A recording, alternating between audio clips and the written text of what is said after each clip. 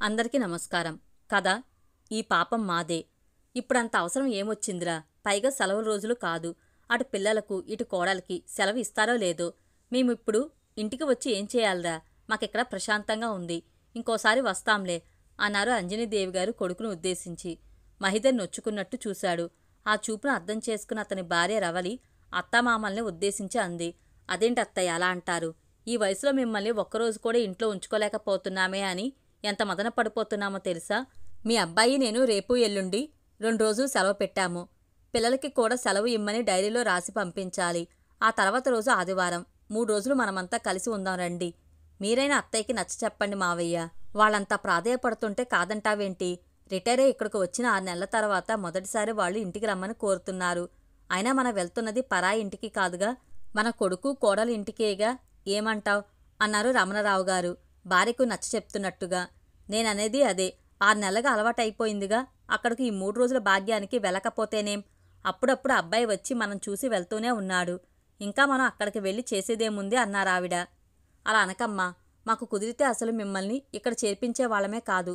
ఇప్పుడైనా ఎవరో ఏదో అన్నారనో అంటారనో మేము తీసుకువెళ్లడం లేదమ్మా. మిమ్మల్ని మనస్ఫూర్తిగా ఇంటికి ఆహ్వానిస్తున్నాము అంటూ కోడల వైపు ఆర్దోక్తిగా చూసిన చూపులోని అంతరార్థం గ్రహించిన అంజనాదేవి గారికి ఆ మాటలు కొడుకు మనసులోంచి రావడం లేదని పెదవులపైనుంచే వచ్చాయని అర్థమైంది. అంతలో తమతో బాటే వృద్ధాశ్రమంలో ఉంటున్న పరశురామయ్య గారు లోపలికి వచ్చారు. హలో అంకుల్, బావున్నారా అంటూ ఆయన్ని పలకరించాడు మహిదర్. తాను కూర్చున్న కుర్చీలోంచి లేచి ఆయన పాదాలకు నమస్కరించి కూర్చుండు అంకుల్ అన్నాడు. తాను నేల మీద చతికిల పడుతూ. ఎంతసేపయిందయ్యా వచ్చి? మా అబ్బాయి పవన్ భార్య పిల్లలు ఎలా ఉన్నారు అడిగారాయన. మహిదర్, పవన్ ఒకే ఆఫీసులో పనిచేస్తున్నారు. బాగానే ఉన్నారంకుల్. మీరు ఎలాగున్నారో చూసి రమ్మన్నారు. మీకు తమ నమస్కారాలు చెప్పమన్నారు. ఒకే ఆఫీసులో పనిచేస్తున్నా వాడు ఆ సెక్షన్కి హెడ్, నేను ఈ సెక్షన్కి హెడ్. వర్క్తో ఒకే బిజీ. మొన్న కాకినాడ క్యాంప్కి వెళ్ళాడు. ఈ వారం రాలేనని చెప్పమన్నాడు. మీరైనా అమ్మకి నాన్నగారికి చెప్పండి అంకుల్. రేపు ఎల్లుండి నేను రవలి పిల్లలు సెలవు పెట్టాము. అమ్మని నాన్నగారిని ఇంటికి తీసుకువెళ్లేటందుకు వస్తే వాళ్ళు రాము అంటున్నారు. మీరు చెప్పండి అంకుల్ అన్నాడు మహిదర్ పరశురామయ్య గారితో. వెర్రినాగన్న, అన్నయ్య గారు మాకు చెప్పాలెట్రా? అక్కడికి వచ్చి నీకు అనవసరమైన ఇబ్బంది కలిగించడం ఎందుకని? నేను బట్టలు సర్దుతాను, మీరు మాట్లాడుకుంటూ ఉండండి అన్నారు అంజనీదేవి గారు కొడుకు తల ఆప్యాయంగా నిమురుతూ. ఆంటీ ఏరంకుల్ అంటూ ఆయనతో కబుర్లో పడిపోయారు మహిదర్.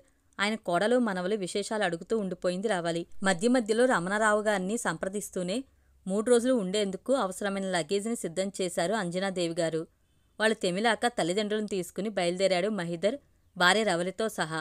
వదినగారికి చెప్పండి అన్నయ్య గారు, 3 రోజుల్లో అంటే ఆదివారం సాయంత్రం వచ్చేస్తాం. ఇంతకీ ఆవిడ ఏరి అడిగారు అంజనాదేవి. అలసటగా ఉందని పడుకుందమ్మా. నేను చెప్తాన్లే, మీరు వెళ్ళిరండి. మీరు లేని ఈ 3 రోజులు ఈ ఓల్డేజ్ హోము మరీ ముసల్దైపోతుంది. అయినా తప్పదు కదా, వెళ్ళిరండి రమణ అన్నారాయన. కొడుకుని కోడల్ని అనుసరించారు రమణరావు దంపతులు. కొడుకు ఇంటికి వచ్చాక స్నానపానాదులు పూర్తి చేసుకుని హాల్లో టీవీ చూస్తూ మనవల కోసం ఎదురు చూడసాగారు రమణరావు దంపతులు. రాత్రి 8:30 సమయం. ఓ వాడిపోయిన బచ్చల తీగల్లా వచ్చారు అంకిత, మదన్. నానమ్మ, తాతగారు అంటూ అమాంతం ఒళ్ళో వాలిపోయారు. వాణ్ణి తనివితీరా ముద్దాడి వారి చదువు, స్కూల్ విశేషాలు అడుగుతున్నంతలోనే ఎదురింటి ఏదో పని మీద వెళ్లిన రవలి రివ్వున వస్తూనే, మొదలెట్టారా నానమ్మ తాతయ్య బుర్రలు తినడం?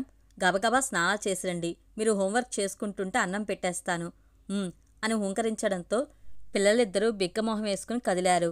నెలసరి సరుకుల కోసం వెళ్లిన మహిదర్ స్నానం చేసి, గుడ్ నైట్ నాన్నగారు, సాయంత్రం నుంచి తిరుగుడేమో, బాగా అలిసిపోయాను, పడుకుంటాను అని తన బెడ్రూంలోకి వెళ్ళిపోయాడు. అరగంట గడిచాక పిల్లలు ఏం చేస్తున్నారో చూద్దామని లేవబోయిన అంజనాదేవి గారు నిద్రపోయిన కొడుకుని, కూతుర్ని ఒక్కొక్కరిగా బెడ్రూంలోనే పడుకోబెట్టి వచ్చిన రవల్ని చూసి ఇక మాట్లాడలేకపోయారు. సారీ అత్తయ్య, పిల్లలిద్దరికీ లీవ్ ఇవ్వనని వాళ్ళ హెడ్ మిస్సెస్ తెగేసి చెప్పింది. అందుచేత రేపటి హోంవర్క్ చేస్తూనే నిద్రపోయారు. వెర్రి వెదవలు. అన్నట్టు మీ వృద్ధాశ్రమంలో మీకు హాల్లోనే పడుకోవడం ఇష్టమని పక్క ఇక్కడే ఏర్పాటు చేశాను. మీకు చూడాలనిపించినంతసేపు టీవీ చూసి పడుకోండి. ఉదయం మాట్లాడుకుందాం అనేసి బెడ్రూంలోకి వెళ్ళి తలుపు వేసేసుకుంది. అంజనాదేవి గారు భర్తకేసి, అందుకే నేను రానన్నది అన్నట్టుగా చూసి లేచి మనవల బెడ్రూంలోకి వెళ్ళి వాడిపోయిన కలువల్లా గాఢ నిద్రలో ఉన్న మనవల నుదుట ముద్దాడే హాల్లోకి వచ్చారు. అప్పటికే టీవీ కట్టేసి నిద్రకుపక్రమించిన రమణరావు గారి పక్కన నిద్రకుపక్రమించారు. ఉదయం లేచి బ్రష్ చేసుకుని వంటగది వైపు వస్తున్న అంజనాదేవి గారు ఆగిపోయారు. మా అమ్మ కాఫీ ఎంత బాగా చేస్తుందో తెలుసా? ఆఖరి గుటక వేస్తూనే 2వ కప్పు కాఫీ అడిగేస్తావు. అంటున్నాడు మహిదర్. నిజమా? అత్తయ్య అంత బాగా పెడతారా ఫిల్టర్ కాఫీ? నాకు తెలియదే. అయినా రోజు నా చేతి కాఫీ తాగుతూ ఒక్కరోజైనా ఆ మాట చెప్పలేదేం? నీ మొహం, చాలాసార్లు అన్నాను. నువ్వు వినిపించుకుని ఉండవు.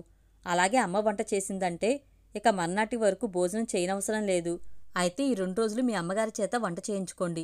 బొంగమూతి పెడుతూ అన్న రవలి వంటగదిలోంచి బయటకు రాబోతూ అత్తగారిని చూస్తూనే అంది, ఫిర్యాదు చేస్తున్నట్టు.